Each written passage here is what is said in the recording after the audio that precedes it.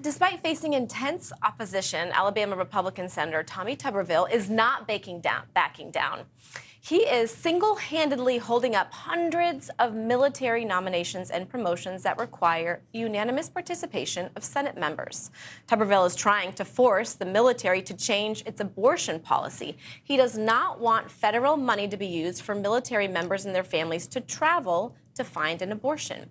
Meanwhile, the senator is also tackling different controversial issues. Today, introducing a bill along with West Virginia Democratic Senator Joe Manchin to regulate name, image, and likeness rights for college athletes. Senator Tuberville joins us now from Capitol Hill. Senator, thank you so much for joining us.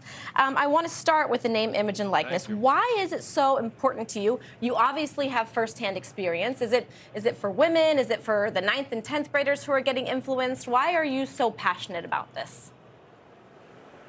Well, there's a lot of problems. And number one, Joe Manchin and I got together last year, and both of us have had some experience in high school athletics and college athletics, and we recognize how important it is to our country.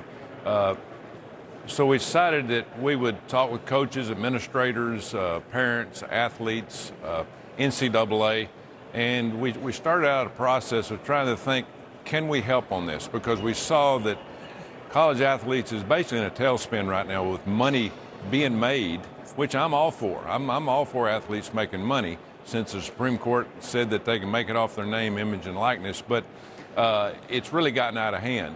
It's not as much about the name, image, and likeness. It's more about recruiting with money, and it wasn't supposed to be that way. So we worked with all these different people for the last year. We've come up with 4 or 5 basic rules that we want every state to go by to make it fair for everybody. We want to be able to save women's sports and Olympic sports, because if we don't do something like this, there's not going to be any money for the Olympic sports and women's sports. It's all going to go to 4 or 5 different athletes on teams, and it's going to throw unbalance to this whole situation. So I don't know whether we can get it passed. I don't know whether the Democrats will vote for it. They want to unionize everybody in this country. But the problem is right now that we just got to get it to the Senate floor. We've got to get it to the House and get Joe Biden to sign it. Now, we're going to have a lot of opposition, but that's fine. Every other bill's like that. But at the end of the day, we want it to be about the student athlete and about education. And, sir, speaking of opposition, and, there has been a lot of talk about your stance. There's a lot of military leaders who are waiting for promotions. It's very, very personal, sir. I'm curious if you will sit down with the president and change your mind. Well, first of all, I'm a military brat. My dad was career military. He gave his life to the military, and so there's nobody more for our military than me. But I do not want our military to turn into a woke political military. Our military it's not union for a reason. It's not an equal opportunity employer either. It's for people that want to protect and defend the United States of America and its allies. But this administration, sir, and respectfully, politics involved in.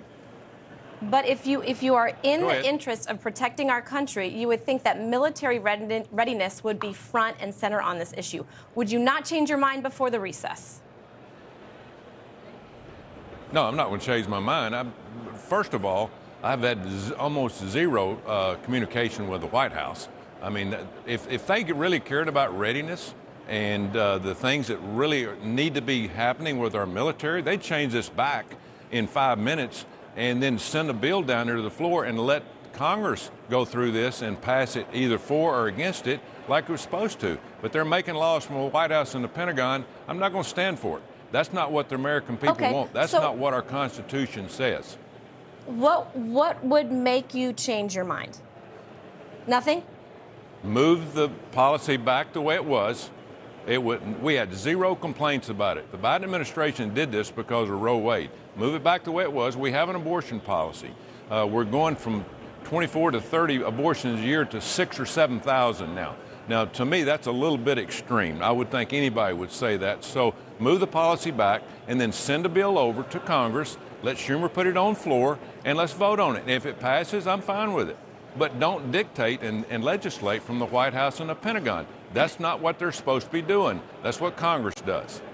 Thanks for watching. Go to newsnationnow.com to find NewsNation on your television provider. And don't forget to subscribe. Click the red button to get more of NewsNation's fact-driven, unbiased coverage.